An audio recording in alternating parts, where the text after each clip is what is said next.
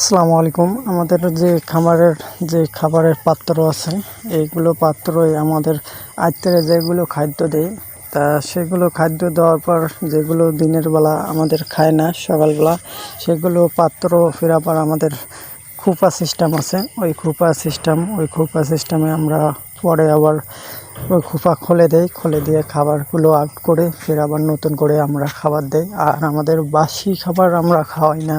কেন আমাদের বাসি খাবার খাওয়াইলে আমাদের একটা গরু যদি ফুড পয়জন আসে, তাহলে ফুড পয়জন আসলে আমাদের সমস্যা হবে।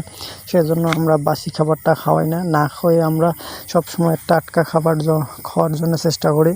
আর সেই খাবার পাত্র আমরা রাত্রে পরিষ্কার করে দেই। আবার দিনের বেলা আমাদের ফির পরিষ্কার পরিচ্ছন্ন করে তারপর খাবারের পাত্রগুলো আমরা দেওয়ার জন্য চেষ্টা করি।